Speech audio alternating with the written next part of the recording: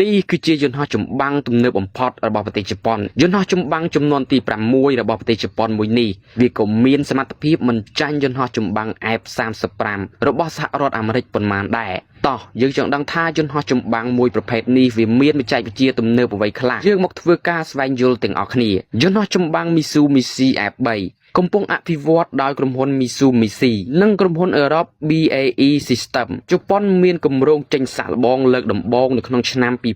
2035លក្ខណៈពិសេសរបស់យន្តហោះចម្បាំង Mitsubishi F3 វាមានបច្ចេកវិទ្យាកម្រិតខ្ពស់ជាង F-35 ដោយប្រើ AI Pilot អាចជួយបើកបរដោយប្រើបញ្ញាសិប្បនិម្មិតវាអាចគ្រប់គ្រងយន្តហោះដោយគ្មានមនុស្សបើក F3 គឺជាជំនាន់បន្ទាប់នៃយន្តហោះចម្បាំង F2 របស់ប្រទេសជប៉ុនហើយគ្រោងនឹងដាក់ឲ្យប្រើប្រាស់នៅក្នុងឆ្នាំ2035ជប៉ុនក៏មានយន្តហោះចម្បាំងទំនើបជាច្រើនប្រភេទផងដែរដែលផលិតដោយខ្លួនឯងនិងទិញពីសហរដ្ឋអាមេរិកហើយនេះគឺជាបញ្ជីឈ្មោះយន្តហោះចម្បាំងសំខាន់របស់ប្រទេសជប៉ុនទី1 Mitsubishi F2 គឺជាយន្តហោះចម្បាំងផលិតរួមគ្នាជាមួយក្រុមហ៊ុនសហរដ្ឋអាមេរិកផ្អែកលើរចនាតាម F16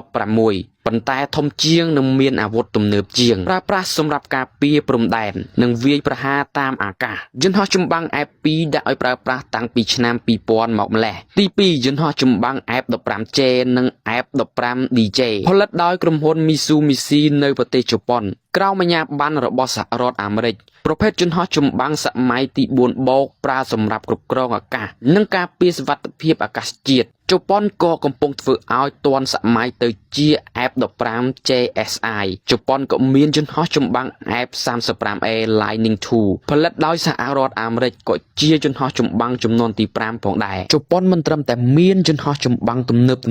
និងអាវុធទំនើបនោះទេក្នុងនោះជប៉ុនក៏មានកម្លាំងយោធាដ៏ខ្លាំងក្លាផងដែរយោធាជប៉ុនត្រូវបានគេស្គាល់ថាគឺជាកងការពារជាតិជប៉ុនដែលបង្កើតឡើងក្រោយសង្គ្រាមលោកលើកទី2នៅក្នុងឆ្នាំ1954កងកម្លាំងនេះត្រូវបានបង្កើតឡើងដើម្បីការពារប្រទេសជប៉ុនប៉ុន្តែមិនសម្រាប់ការវាយប្រហារបរទេសឡើយទោះជាយ៉ាងណាបច្ចុប្បន្នកងកម្លាំងនេះមានសមត្ថភាពខ្ពស់ណាស់និងមានអាវុធទំនើបបំផុតមួយនៅក្នុងអាស៊ីជប៉ុនមានកងទ័ពជើងគោកមានប្រហែល 150,000 នាក់និងមានរថក្រោះប្រយុទ្ធថែប10និងថែប90និងមានយន្តហោះប៉ះផ្ទាល់ដីដូចជា AH-64D សម្រាប់កងទ័ពជើងទឹកមាននាវាមួយទឹកជាង20គ្រឿងនិងមាននាវាផ្ទុកយន្តហោះផងដែរកងទ័ពអាកាសប្រើយន្តហោះចម្បាំងទំនើបដូចជា F15J F35A Lightning II និងមានគម្រោងមួយចំនួនកំពុងអភិវឌ្ឍជប៉ុនជាប្រទេសដែលមានថវិកាយោធាធំបំផុតទី3នៅអាស៊ីក្រោយចិននិងឥណ្ឌាថវិកាយោធានៅក្នុងឆ្នាំ2025មានប្រមាណជាង $50,000 លាន